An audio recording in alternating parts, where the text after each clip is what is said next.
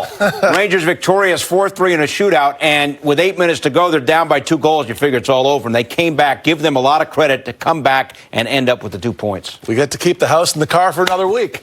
They're close, right? And you know what I love about this is in the regular season, to make the Stanley Cup playoffs, you have to have your best players be the best players on the ice and beat their best.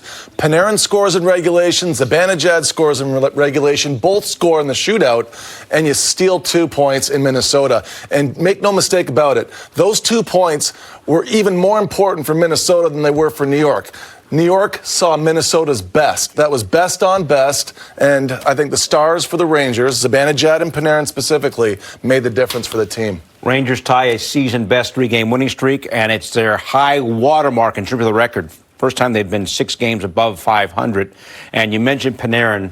Tony DeAngelo with a beautiful pass to Panarin. Rangers' first goal in the first period tied the game up at 1. It's good intentions. To me, it looks like a team that was very focused from the outset, maybe a sloppy first 7 minutes or so before they got settled. But on this goal, I like the fact that, again, you're talking about a team that's coming up the ice as a team. Strong forecheck, saw that in Winnipeg, saw that against LA, and that's why you're having success. You'll be able to get the puck back. You have to get it back to make a play. Now, Panarin's important on the wall. The puck cycles up top, and DeAngelo now, he is coming downhill. He's coming downhill with speed, and he's looking at options. He's got Fost, he's got Panarin. That's important when you have multiple options. It's a good read off the goaltender who's over-challenging. He's out too far, and that's why Panarin's able to put it past him. Panarin's almost on the perimeter there, Bill. But he's in a scoring opportunity because he's at distance, but also using the width of the ice. And the Rangers have done that better than anybody this year.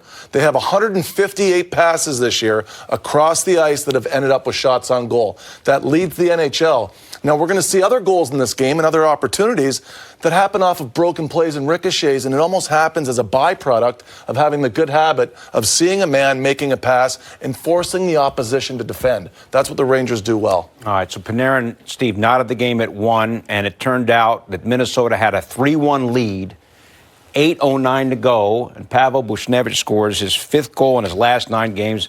And then, with 1:06 to go in regulation, Mika Zibanejad forced overtime. An amazing back-to-back sequence here in the final 8 minutes of regulation for the Rangers. A lot of people will call the Buchnevich goal lucky. I call it a benefit of doing the right thing, which is centering a puck towards bodies. Not a great opportunity to score if he just turns and fires it. A better one to actually throw it into the pile here. Now, you're going to get the benefit of the bounce because you're forcing everybody to defend. You get these broken plays. The Rangers have done well on those this year. But again, I think it's a byproduct of using the cross-ice pass. Same with this one here for Zibanejad. You're forcing Minnesota here to defend. He gets a stick on it. There's also multiple players around the net, though. See, Strome's on the weak side post. You've got Kreider on the strong side post. You've got guys there. So there's a lot of opportunity where they're crashing the net. They're looking to make the other team defend, and I think that's why it turned out in the Rangers' favor. All right, Zibanejad rolling as well. He's got 7 goals now in his last 11 games. It's 3-3. You buckle your belt for overtime because you never know what's going to happen in overtime. It turned out neither team scored. Right, and to the Rangers' credit, sticking with this game is one thing, but also pushing it for the extra frame. It's something the Rangers haven't done a lot this year. They haven't been able to get there, and this was important. This is only the 8th time they've been able to get to the extra frame, and you saw a lot of action from the team, and specifically, again, the Stars. You saw Zibanejad getting all alone. Buchnevich was chipping in. The players were going to the net. Huge save here by Georgiev. He stays with this puck and keeps it just over the goal line here, Billy. This was close, but a great response by the team. Zibanejad again sends in Trouba. Very similar play for Trouba, high glove, just like in Winnipeg when Hellebuck made a save on him in the first period. Georgiev comes back with a great save here at the end, and now you're going to a shootout, and you have to have an opportunity to get there.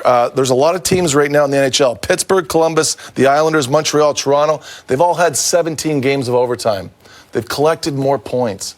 This is a league with a 3-2-1 structure that it's very difficult to get these points in these games, and you've got to get close. All right, so Rangers end up with the 2 points because they get the better of the Wild in the shootout. And you mentioned right off the top, Zibanejad and Panarin come through, and Minnesota didn't end up executing anything They didn't score at all in the shootout. Yeah, Georgiev was solid. I like the moves. A very good move from Zibanejad on the first one where he comes in. And Stalock's frozen. You can see he gets stuck there for a split second. The backhand is a long across-the-body move. He made the decision at the bottom of the hash marks.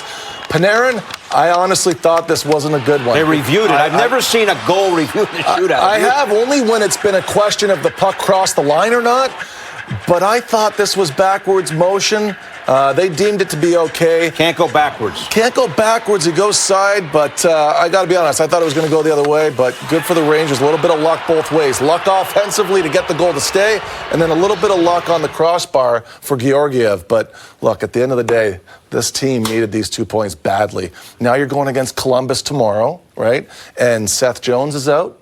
Atkinson's out. And Columbus lost tonight in OT. They lost tonight. So maybe you're, be able to pick their pocket for 2 more points, and now you're in a position to really look at playoffs with a serious lens.